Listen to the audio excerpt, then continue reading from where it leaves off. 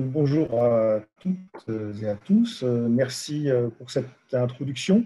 Je vais commencer par remercier la région Bretagne, le CRESEV et toutes les institutions qui ont permis de réaliser ce travail qui va vous être présenté plus en détail par Louis Amiot juste après. Donc moi, l'objectif, là, de deuxième introduction, en quelque sorte, c'est de recontextualiser effectivement le changement climatique en Bretagne, en fait, de replacer l'évolution de ce qu'on observe du climat en Bretagne dans un contexte un petit peu plus général. Alors, quand on parle de changement climatique, on commence à être un petit peu, j'allais dire, presque saturé d'informations, parce qu'on a l'impression qu'il y a déjà eu énormément de choses qui ont été faites.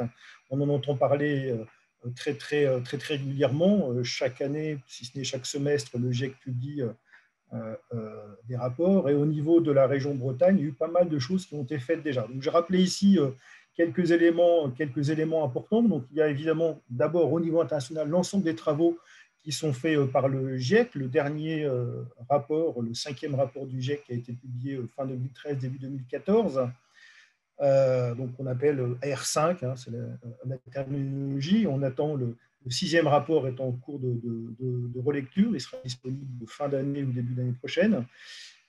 Au niveau national, il y a eu également de très nombreuses synthèses qui ont été faites par Météo France, par d'autres organismes. Il y a eu un rapport notamment du Sénat et un livre blanc 2014 coordonné par Jean Jouzel qui a permis de faire un bon bilan des connaissances. Il y a également beaucoup d'informations disponibles, par exemple sur le portail DRIAS, dont on va reparler.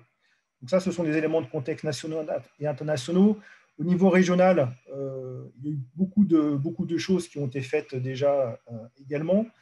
Au niveau interrégional, il y a eu le programme de recherche Climaster qui a concerné, alors pas seulement la Bretagne, puisque ce programme de recherche des impacts du changement climatique à l'échelle régionale concernait aussi la Basse-Normandie, les Pays-de-Loire et le Poitou-Charentes. Je vous ai remis en haut à droite la couverture de l'ouvrage de synthèse qui est sorti aux presses universitaires de Rennes en 2013. En 2012, Météo France avait également sorti un document de synthèse sur le changement climatique observé et futur. Et puis, il y a de nombreux autres programmes de recherche, donc des mots-clim dont Josette vient de parler. Beaucoup de thèses également qui ont été financées, certaines par la région. D'ailleurs, la thèse de Chloé Lamy en 2013 sur l'évolution des sécheresses. Donc, voilà, énormément de choses qui montrent que déjà, on a un état des connaissances qui est tout de même assez important. Donc, de nombreuses choses qui sont déjà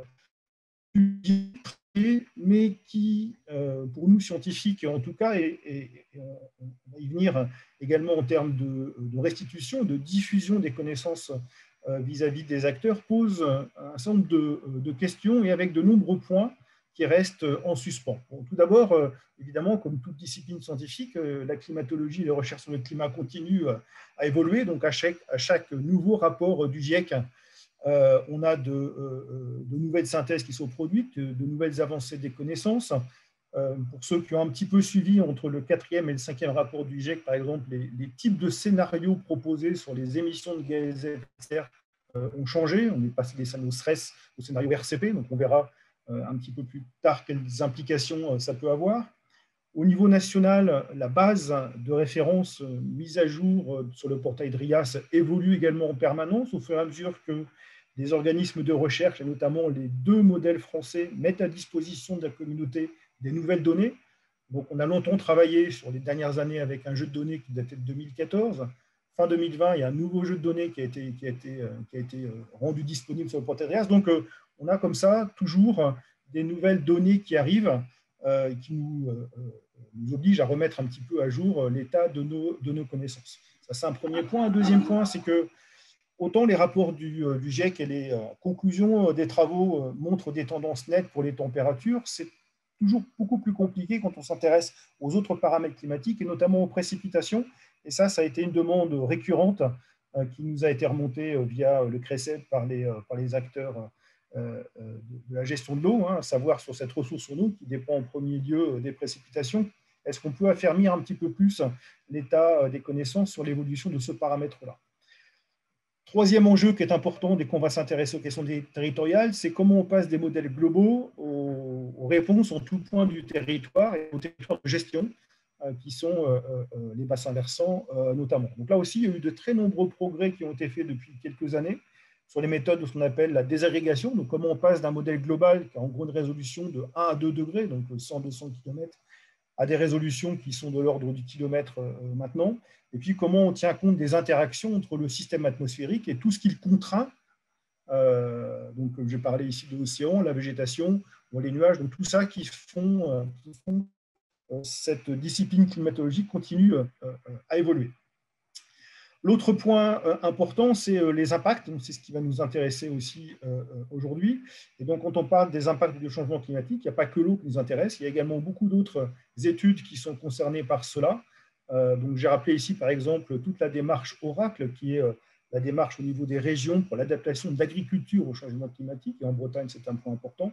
Bref, tout ça fait que cet état de connaissance, il a besoin en permanence d'être questionné, remobilisé, et on doit évidemment tenir compte de ces évolutions dans les décisions, en tout cas sur les préconisations qu'on peut donner aux acteurs. Et donc c'est dans ce contexte-là qu'est né, dans ce contexte général-là, qu'est né ce projet DémoClim.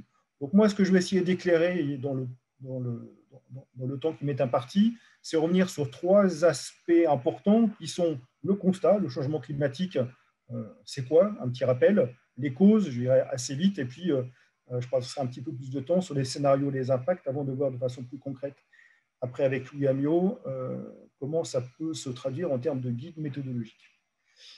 Alors, une première question qu'on pose assez souvent quand je fais des interventions sur le changement climatique, bon, finalement, le climat a changé, la Terre s'est réchauffée d'1 degré, elle va se réchauffer de 4 ou 5 degrés dans le futur, et alors, qu'est-ce que ça change? Alors effectivement, ce n'est pas une question inintéressante et on peut regarder un petit peu dans le passé. Donc, on va remonter un petit peu loin. Puis là, je vous emmène avec une carte qui nous montre ce qu'était l'Europe il y a 21 000 ans, donc lors du dernier maximum glaciaire. Ça paraît un peu lointain, mais notre espèce peuplait déjà la plupart, si ce n'est pas tous, mais la plupart des continents. Et elle était déjà bien répandue en Europe. Donc notre espèce a connu ces changements climatiques-là. Et la température moyenne du globe à cette époque-là était 4 à 5 degrés plus basse qu'elle ne l'est maintenant. Donc ça, c'est pour déjà représenter très concrètement que quand on parle de variation de température moyenne du globe, ça peut correspondre régionalement à des différences beaucoup plus importantes. Je vais y revenir. En Europe, la température moyenne était plus de 10 degrés inférieure à ce qu'elle est maintenant. Donc ça, c'est un premier point. Le deuxième point, c'est que cette variation de température moyenne qui peut paraître finalement pas très importante, pas si importante que cela, en termes de paysage et en termes de modification de ce qu'on appellerait maintenant l'occupation des sols, on a une situation qui est complètement différente avec 3000 mètres de glace empilés sur la Scandinavie, des glaciers qui descendent jusqu'à la latitude de Berlin et un paysage de steppe et de toundra qui se partage l'essentiel de la France, un niveau de la mer 120 mètres plus bas, l'Angleterre n'était pas une île, bref, un climat très différent. Donc, se projeter dans le futur dans un climat qui sera 4 à 5 degrés plus chaud, ce que prévoit en gros le scénario RCP 8.5, c'est se projeter dans un monde futur qui sera radicalement différent du monde dans lequel on vit actuellement. Alors, cette image, elle a quand même une limite, c'est que la transition entre le monde glaciaire et le monde interglaciaire tel qu'on le connaît, il s'est fait progressivement, il s'est fait avec un réchauffement de l'ordre de 4 à 5 degrés qui a pris entre 1000 et 2000 ans. Alors là, si on prend la trajectoire RCP 8.5, on est sur 4 à 5 degrés de plus en l'espace d'à peu près un siècle. Autrement dit, pour schématiser, très globalement, un réchauffement climatique qui se produirait 10 fois plus vite du fait des actions anthropiques que ce qu'il a pu se produire par le passé de façon naturelle. Donc on est devant quelque chose qui est relativement inédit dans l'histoire climatique de la Terre et qui est lié à l'action de l'homme, on va y revenir. Donc ça, c'était pour prendre un peu de recul paléoclimatique. Alors le réchauffement contemporain, si je m'intéresse maintenant à ce que l'on a mesuré directement à partir des stations météorologiques, donc en gros depuis la deuxième moitié du 19e siècle, donc vous avez ici 3 documents qui vous montrent la courbe, en fait plusieurs courbes superposées, parce que c'est différentes méthodes de travail, qui reconstituent la température moyenne du globe, donc depuis le 19e jusqu'à maintenant, avec un écart par rapport à des conditions moyennes de milieu de siècle. Et donc on voit que la température du 19e siècle était plus basse, qu'on a une première augmentation de la température au début du 20e siècle, puis un palier et puis une accélération à partir des années 80. Donc on a ici un réchauffement climatique qui est marqué par des phases de stagnation et d'accélération est la plus spectaculaire qui se produit depuis les années 80. La frise bleue et rouge en dessous vous montre la même chose, mais illustrée, je dirais, graphiquement de façon un petit peu différente.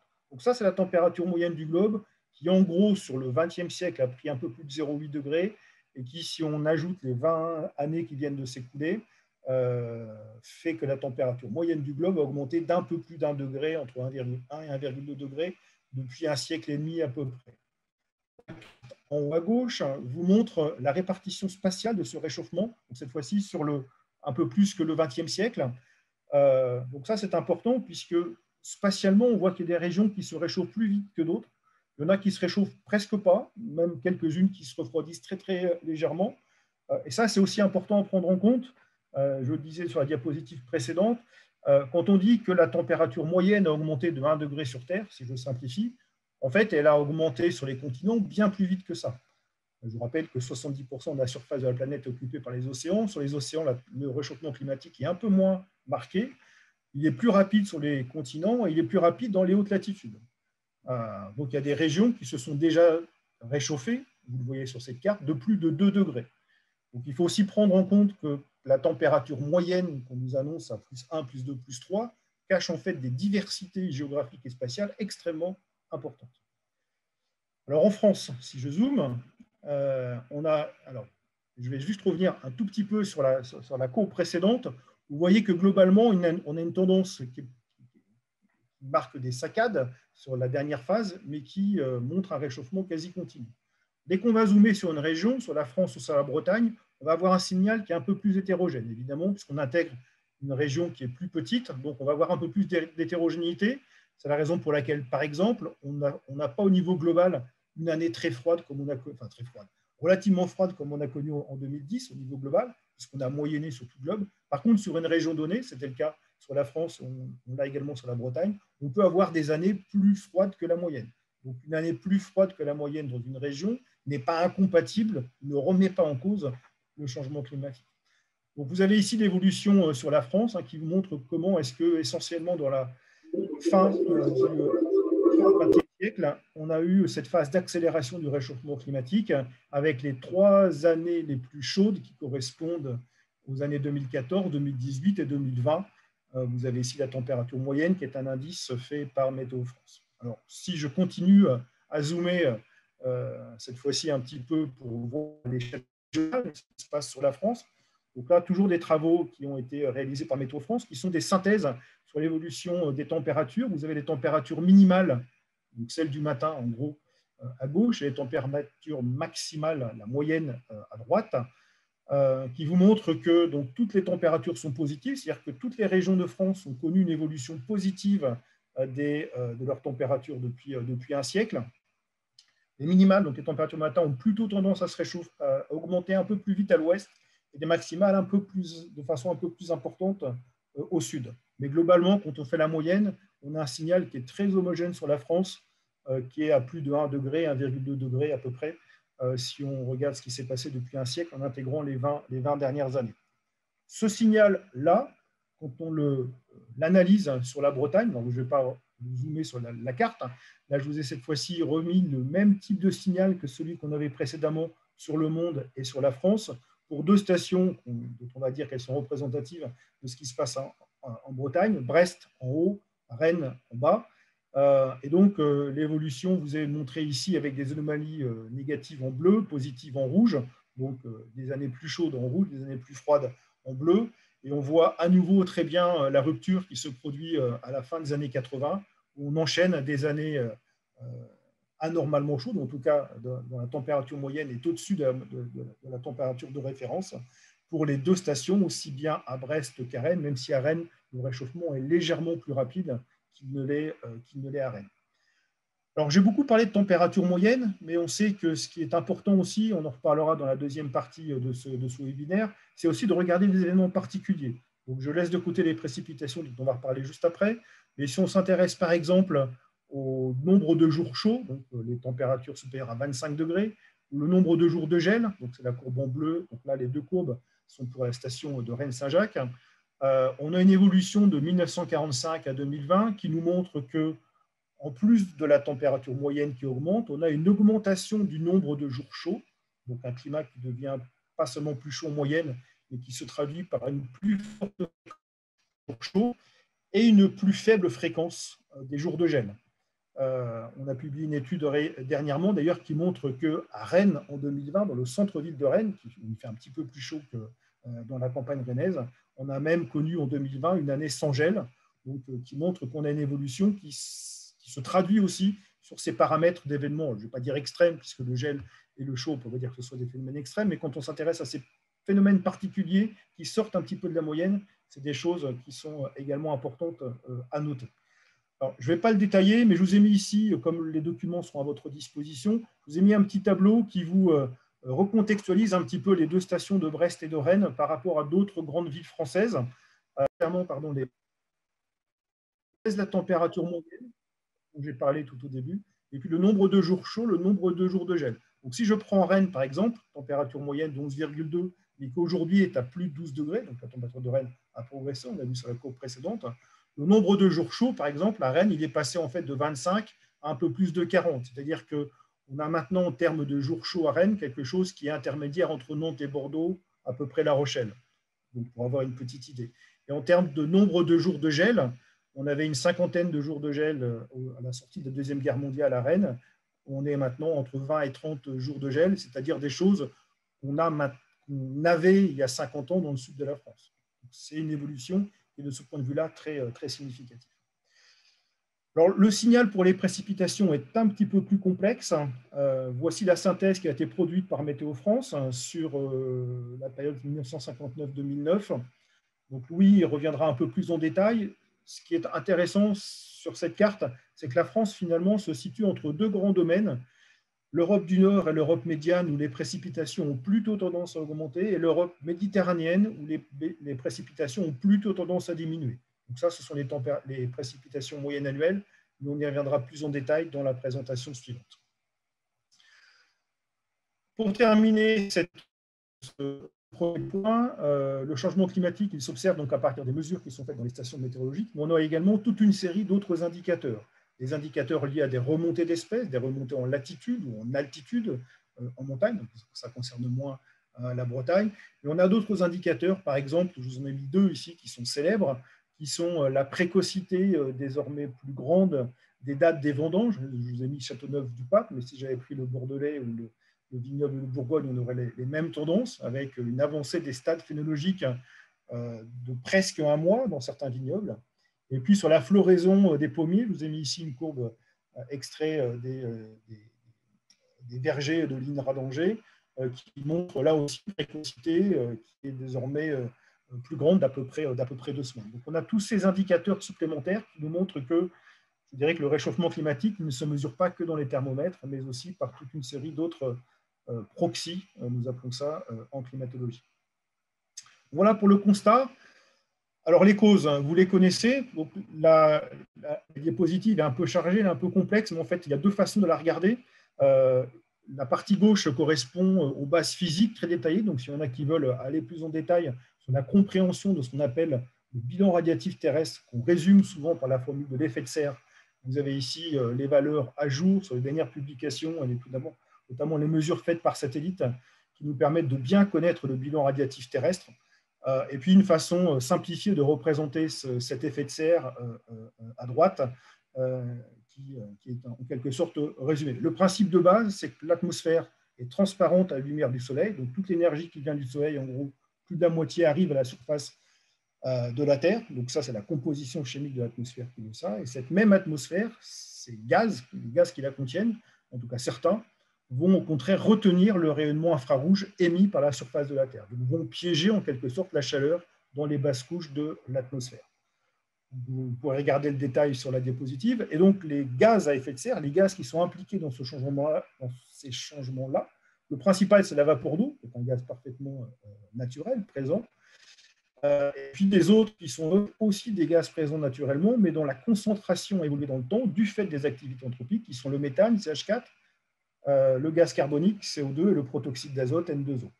Et donc, c'est le fait que ces concentrations de gaz à effet de serre augmentent dans le temps qui renforce le mécanisme de réchauffement dans les basses couches de l'atmosphère, ajoute une valeur ajoutée en quelque sorte à ce bilan radiatif et se traduit par un échauffement des températures. Donc ça, on le sait de façon très très fine, puisqu'on mesure la concentration atmosphérique de gaz carbonique depuis pas mal de temps. C'est la courbe qui est en haut à droite, extraite des relevés faits au Mauna Loa. On a des cadastres d'émissions, donc on sait assez bien d'où viennent les émissions de gaz à effet de serre. Donc le graphique qui est à gauche vous rappelle la grande diversité des activités anthropiques qui émettent des gaz à effet de serre, que ce soit du gaz carbonique, du méthane ou autre, et la répartition des activités anthropiques en bas, donc en gros 50 gigatonnes de CO2, équivalent CO2 émis par les activités anthropiques, nous montre que quasiment toutes nos activités sont concernées, l'industrie, les transports, l'agriculture, etc., etc. Tout ça est impliqué. Alors ça, c'est des choses que vous connaissez, dont vous avez entendu parler. Il y a 3 points sur lesquels je veux attirer votre attention. Le premier, c'est l'inertie, en relation avec l'inertie du système, c'est que ces gaz à effet de serre émis dans l'atmosphère, ils ont un temps de résidence variable, et donc on ne peut pas les éliminer du jour au lendemain. On parle de décennies pour ceux qui ont le temps de séjour le plus court, à plusieurs siècles pour ceux qui ont un temps de résidence plus long. Quand on va parler d'émissions et de concentration, il faut bien faire attention à ne pas mélanger les deux. Alors l'exemple, c'est celui qu'on vient de connaître depuis un peu plus d'un an avec la crise Covid, où on a assisté à une légère baisse des émissions, pas très importante, à peu près 7%, mais si on a baissé les émissions, on n'a pas pour autant diminué la concentration. En fait, comme on a continué à émettre une grande quantité de gaz à effet de serre, on n'a pas du tout inversé la courbe, même avec la crise économique liée au Covid, on n'a pas du tout inversé la courbe de la concentration des gaz à effet de serre.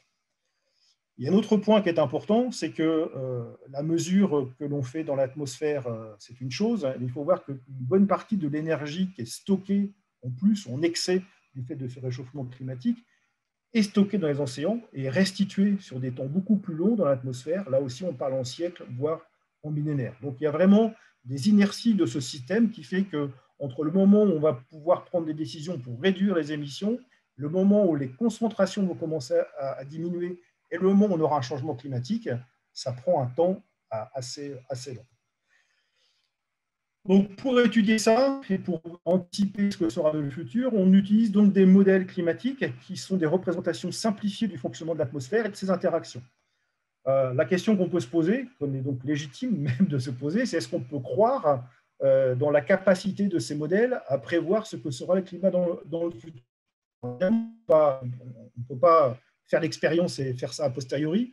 Et donc, une façon de faire, c'est de vérifier que les modèles sont bien en capacité déjà de reproduire le climat tel qu'il est à l'heure actuelle et tel qu'il a évolué depuis un siècle, 2 siècles. Et même les modèles de climat sont testés beaucoup plus largement que ça, y compris sur des aires géologiques très anciennes. Donc, le petit graphique que vous avez ici, en fait, ces 3 graphiques, extraits du 4e rapport du GIEC, vous montrent la manière dont on a testé les modèles pour voir et pour attribuer le changement climatique. Alors, juste pour que vous compreniez bien, vous avez 3 graphiques qui représentent ici l'évolution des températures entre 1850 et 2000, et la courbe rouge est commune aux 3 graphiques. La courbe rouge, c'est la courbe de référence, qui est la courbe de l'observation du changement climatique, c'est la température moyenne du globe, donc la même que je vous ai présentée tout au début. Et la courbe en gris, c'est la courbe qui est extraite des modèles pour essayer d'expliquer la courbe rouge. D'accord ? Donc, le premier graphique en haut à gauche vous montre des modèles dont on a alimenté en entrée juste les forçages naturels. C'est-à-dire qu'on a dit que le climat n'évolue qu'en fonction des cycles solaires, de l'activité volcanique, de tous les forçages dits naturels. On voit que la courbe grise et la courbe rouge ne sont pas parallèles. Conclusion, le changement climatique actuel n'est pas expliqué par des forçages naturels. Le deuxième, je vais très vite, mais c'est pour bien que vous compreniez bien les éléments de la démonstration. Le deuxième graphique vous refait la même expérience, sauf que cette fois-ci, on rentre les forçages anthropiques essentiellement liés au CO2, donc au gaz carbonique, et on voit cette fois-ci que la courbe grise et la courbe rouge sont beaucoup plus proches l'une de l'autre, et donc on attribue bien le changement climatique au forçage anthropique. Enfin, la troisième courbe en bas, on met l'ensemble des forçages possibles et toutes les rétroactions du système. Et on voit que cette fois-ci, la courbe grise et la courbe rouge, alors elles ne se superposent pas parfaitement, mais on voit qu'elles sont très bien corrélées. Autrement dit, les modèles de climat ont la très forte capacité à reproduire la façon dont le climat a évolué en tenant compte à la fois des forçages anthropiques qui sont prédominants pour expliquer ces changements climatiques, mais en tenant compte également de leurs interactions avec les forçages naturels. Donc le changement climatique obéit à des lois physiques, à des règles. C'est pour ça que je n'aime pas trop le terme dérèglement climatique. On a l'impression qu'il n'y aurait plus de règles. Il y a toujours des règles, des lois physiques qui continuent à s'appliquer. Ils ont même quelque chose d'assez déterministe de ce point de vue. Et donc, c'est du fait de cette capacité de ces modèles à expliquer ce qui s'est produit qu'on est en mesure quand même de leur porter un peu de crédit, même beaucoup de crédit sur ce qui se passera dans le futur. Donc, la dernière étape consiste à se projeter dans le futur en fonction de scénarios. Évidemment, les modèles ne sont pas parfaits, mais les modèles ils vont être contraints par la manière dont on envisage que le monde va se développer en fonction de trajectoires d'émissions de gaz à effet de serre, donc ce qu'on appelle les scénarios dits RCP, que vous avez indiqué ici, entre des scénarios dits optimistes, donc le scénario 2.6, qui correspondrait à une élévation de température d'à peu près 1 degré en termes de moyenne, jusqu'au scénario le plus pessimiste, le scénario dit 8.5. Les chiffres renvoient à des forçages radiatifs, c'est des lois physiques. Je pourrais revenir là-dessus si vous avez des questions. Et donc, une augmentation de la température moyenne de l'ordre de 4 degrés. Donc, on est en mesure d'alimenter les modèles par rapport à ce forçage radiatif qui correspond à l'augmentation des teneurs en gaz à effet de serre dans l'atmosphère jusqu'à la fin de ce siècle. Mais la plupart des modèles vont au-delà, jusqu'à 2200, 2300. Bon, là, on est dans un futur un peu plus lointain. Ce qui en résulte, ce sont donc les courbes de projection de température, ce que vous avez en bas à gauche, et la spatialisation sur la Terre de la température moyenne du globe. À horizon, à courte échéance, c'est les cartes que vous avez ici au milieu, et à échéance fin de siècle, ce sont les cartes qui sont à droite. Et donc la légende est commune à toutes les cartes. Plus on va vers le rouge, plus ça rouge, voire le marron, plus ça correspond à une augmentation des températures importantes. En résumé, on voit qu'à courte échéance, quel que soit le scénario, les scénarios sont classés encore une fois du plus pessimiste en haut au plus optimiste en bas. À courte échéance, on est tenté de dire, c'est Jean Jouzel qui dit très bien que le futur proche est déjà écrit, quel que soit le scénario, on va continuer à augmenter la température moyenne de 2 à 3 dixièmes par décennie. Et par contre, en fin de siècle, on voit qu'on a une très forte différenciation entre des scénarios optimistes où on serait en capacité de limiter le réchauffement climatique à des valeurs proches de l'actuel, ou en tout cas pas trop différentes, et puis des scénarios pessimistes comme le 8.5, où on sera dans un futur un petit peu à l'image de la première diapositive que je vous montrais, dans un monde qui sera différent, puisque 4 degrés de plus nous projettera forcément dans un monde beaucoup plus chaud et différent de celui que l'on connaît à l'heure actuelle. Donc, ceci maintenant projeté sur la France, ce sera mes dernières diapositives. Donc là, j'ai repris des cartes extraites du rapport de 2014, coordonné par Jean Jouzel, qui vous montre l'évolution de la température estivale en France. Donc, toutes les cartes sont jaune, orange, rouge. Ça veut dire que dans tous les scénarios, que ce soit le futur proche, carte du haut, le futur lointain, carte du bas, le scénario intermédiaire, 4.5, ou le scénario pessimiste, 8.5, toutes les cartes montrent un réchauffement qui est plus ou moins marqué en fonction du scénario et de l'éloignement dans le temps. Mais même si vous prenez le futur le plus proche et le scénario le plus optimiste, on sera confronté à un réchauffement climatique. L'intensité, en quelque sorte, change quand on parle des températures.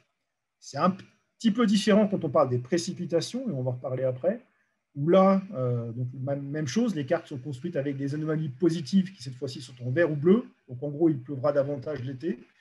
Et jaune-orange, il pleuvra moins l'été. Là aussi, entre le futur proche en haut, le futur lointain en bas, le scénario pessimiste à droite et optimiste à gauche. Et là, on voit très bien qu'en fonction des modèles, il y a du vert et du bleu, donc il pleut plus, et il y a du jaune et du orange, il pleut moins l'été. Et donc, ça correspond à ces incertitudes qu'on essaie de lever également, et dont on va vous parler juste après.